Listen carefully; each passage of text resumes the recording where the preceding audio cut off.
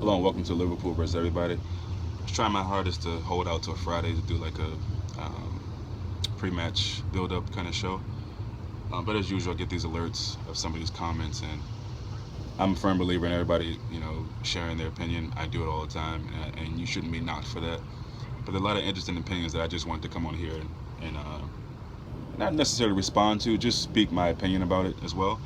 Um, there's no need for me to bring up names. I'm not trying to shoot at anybody. I think it's great when people have different opinions, and it promotes, or it compels me to join in on the conversation, and I think it's good. I think it's healthy amongst supporters. A few of those topics are Lallana. Everybody's really hoorah and excited about Lallana and the goal he scored against wherever Martin Skrtel is from, Slovakia, Slovenia. I don't know.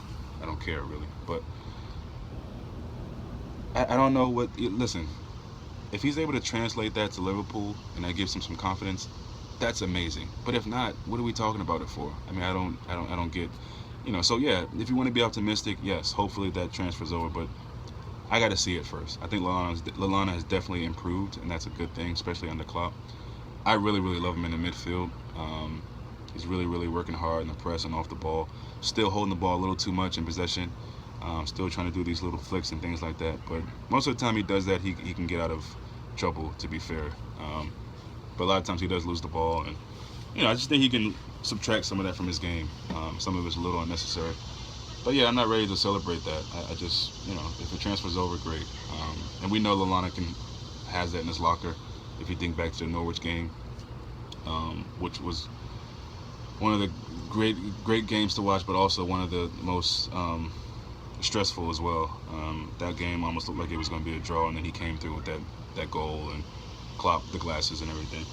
So we know he has it, but like most of the players on the team, it's just hot and cold.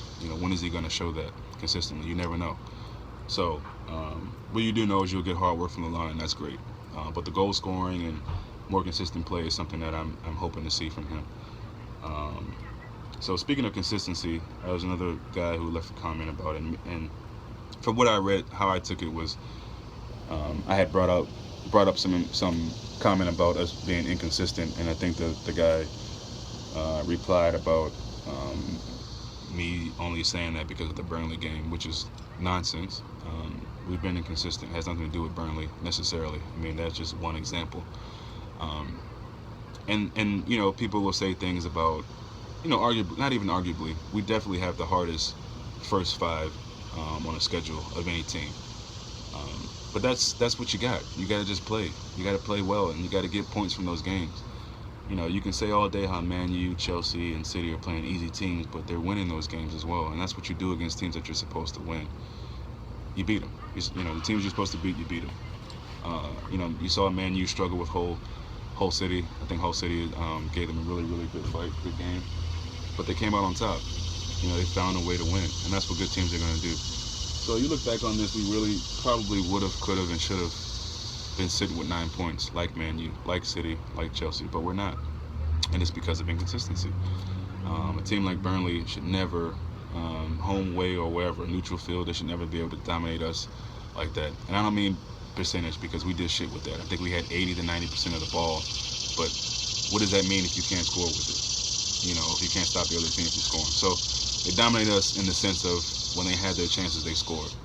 And they looked like they wanted to score more, and they probably could have. So we're lucky we just lost 2-0. So, yeah, if you can't see that we're consistent, then something's wrong. Maybe you should watch the games a little closer. Um, so another thing I want to talk about was Emre Can. I think that's a big loss for us. Nobody's really talking about it. I'm not special because I am talking about it. I'm just saying I think it's interesting of all the things that people are talking about concerning Liverpool Football Club. They're not talking about Emre Can. And I think that's a big loss for us, especially right there in front of the back line. Not really confident in Henderson. Um, it's amazing to me that anybody who would be. I think Genie is going to be really, really good for us in that position. I just don't know how good he can be there. Lucas Leiva, I don't know his situation. We got Grujic, we got Kev Stewart. I'm not sure if they'll see the field, but I think a different direction away from Henderson is what we should do. I doubt it'll happen. I think Klopp will start him again. I think Klopp will start a similar 11 that he's been starting for the last few games. So I don't expect to see too many changes. I'd like to, but I don't expect to see him. So we'll see. But Emre Can not playing. He didn't play with Germany. He's been in and out of training this week. Hopefully something magical happens, mysterious, and he's ready to play. Because we need him, like we need everybody on this team. I think we're still a ways away from being where we want to be. But if we stick together, I really do believe we can finish really high in the table, and top 4 I think is reachable. I really do believe that.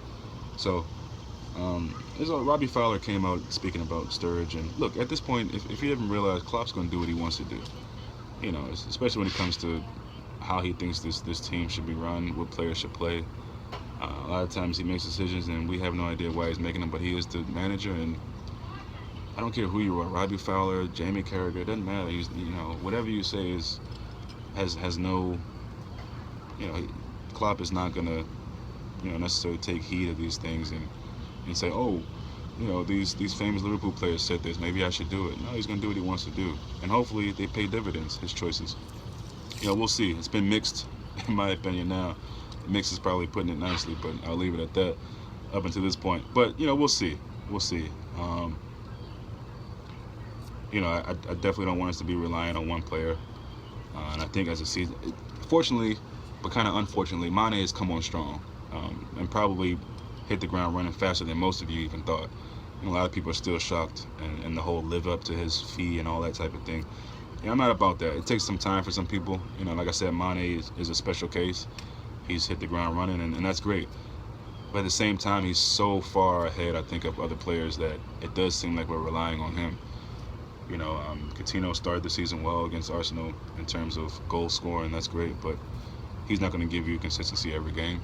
And so the most consistent player, and it was no surprise that he won Player of the Month, is Mane.